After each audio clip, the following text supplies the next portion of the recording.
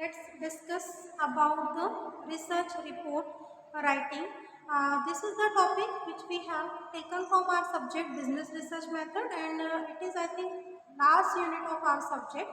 The topic is research report writing. Research report writing क्या होता है कि इसके पहले की अभी तक जितनी भी हमने यूनिट्स हैं वो सब हमारी रिसर्च से रिलेटेड पढ़ी हैं, उसकी प्लानिंग, उसके procedures and each and everything, जो कि हम कहीं ना कहीं हमारे रिसर्च वाले टॉपिक से क्या थी, इंक्लूड थी, है ना, और उसी से इंस्पायर्ड थी। अब इस रिसर्च रिपोर्ट राइटिंग को हम लास्ट यूनिट में जो है वो कंप्लीट करेंगे कि रिसर्च रिपोर्ट राइटिंग एक्चुअली होती क्या है।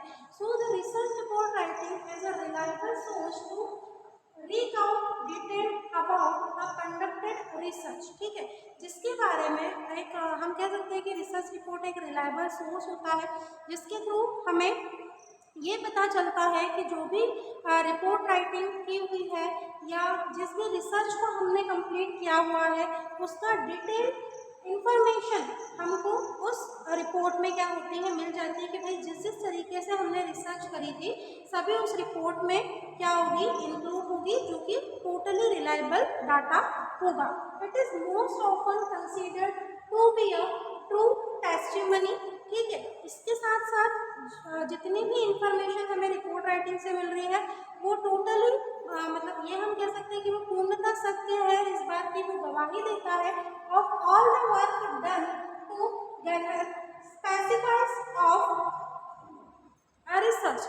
ठीक है, जिस भी तरीके की हमने रिसर्च करी है वो पूर्णतः सत्य है, उसके ऊपर आप टोटली बिलीव कर सकते हैं।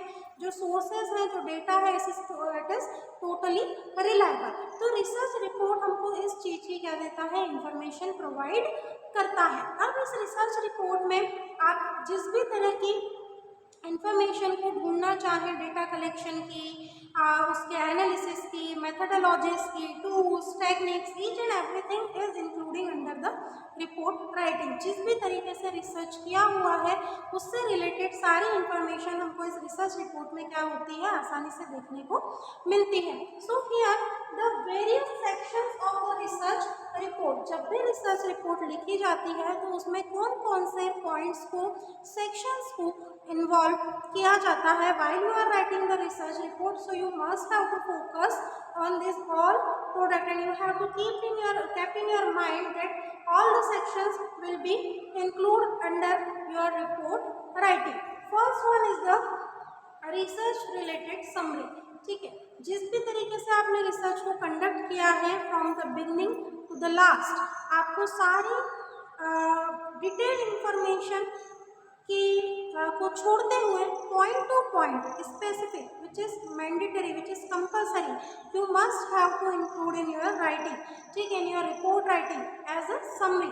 ठीक है, समरी के तौर पर आपको बिगनिंग से लेकर लास्ट तक के सारे पॉइंट टू पॉइंट जो कि बहुत ही इम्पोर्टेंट रहे आपके रिसर्च के दौरान, उन सभी को इंक्लूड करना है।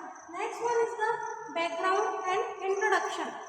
जो भी इंट्रोडक्टरी पार्ट है आपके रिसर्च का, जिस भी रिगार्डिंग आपने रिसर्च को कंडक्ट किया है वो सारी इंफॉर्मेशन आपके बैकग्राउंड और आपके इंट्रोडक्टरी पार्ट में इन्वॉल्व होंगे। One by one this all section you must have to be complete, है ना भाई। किन किन रिसर्चर्स, किन किन एक्सपर्टीज के थ्रू आपने क्या किया है, रिपोर्ट को कंप्लीट किया है, किस तरीके से आपने मेथड्स को यूज़ किया है, क्या किस तरीके के डेटा का यूज़ आपने अपने रिसर्च मेथड्स को कंप्लीट करने में लगाया है, वो सारे इंट्रोडक्टरी पार्ट का हिस्सा होंगे। अगली स्टेप जब आप रिपोर्ट राइटिंग लिख रहे हैं तो you have to follow the implemented method as I told you, कि जिस भी तरीके की मेथडोलॉजी को आपने रिसर्च के दौरान यूज़ किया है उस मेथड को, हमने पूरा एक वीडियो में रिसर्च मेथड्स को ही पढ़ा है ना, तो कौन सी मेथड आपने आपके रिसर्च के दौरान सबसे ज़्यादा यूज़ की है और या फिर किन किन मेथड्स की हेल्प से आपकी रिसर्च जो है वो कंप्लीट हुई है ना, उस इम्प्लीमेंटेड मेथड को, कि हमने भाई स्टैटिस्टिकल मेथड लगाई है या हमने किसी तरीके का एनोवा एनालिसिस किया है, जेड टेस्ट, टी टेस्ट, जिस भी तरीके की मेथड को आपने लगाया हुआ है, इम्प्लीमेंट किया हुआ है और आपकी रिसर्च को कंप्लीट किया, आपका रिसर्च वर्क कंप्लीट हुआ है, उस इम्प्लीमेंटेड मेथड का भी जो डिस्कशन है उसको वहाँ पर आपको करना है। फिर होगा आपका रिजल्ट बेस्ड ऑन एनालिसिस। आपके मेथड के बाद जो भी रिजल्ट निकला है उसके एनालिसिस को, कि भाई किस तरीके से आपने एनालिसिस किया है, सैंपल सर्वे होता है, इंटरव्यू, ऑब्जर्वेशन, बहुत सारी मेथड्स हमने पढ़ी हुई है ना, Z test, ANOVA analysis, mean median mode, है ना, अरिथमेटिक मीन, ज्योमेट्रिक मीन। तो जो भी आपके रिजल्ट का रिसर्च का रिजल्ट आया है उसका एनालिसिस में आपको क्या करना है, आपकी रिपोर्ट राइटिंग में बताना है कि भाई इस रिजल्ट के थ्रू ये हमारा रिसर्च है और ये रिजल्ट हमको उसमें मिला हुआ है। Then the deliberation that means कि whenever you have completed the summary part, then you have to move on the next point, and the deliberation will also be the part of your research writing, research report writing, कि आपको एक मतलब large level पर उसका क्या करना है, विस्तृत वर्णन, जिसको हम हिंदी में कहेंगे डेलिबरेट करना है आपकी रिपोर्ट राइटिंग को, जो भी आपके रिसर्च से रिलेटेड होगी, है ना, उसको आपको उसका डेलिबरेशन आपको देना है। Each and every point which is use by the person और the researcher, it must be include under the report writing, research report writing. And the last one be the conclusion. Conclusion वाला जो part होगा उसमें totally आपके research report से आपने किस तरीके से कंक्लूड करेंगे, that we have to started from that problem and we have to find this kind of solution and we conclude our research with this result, like this.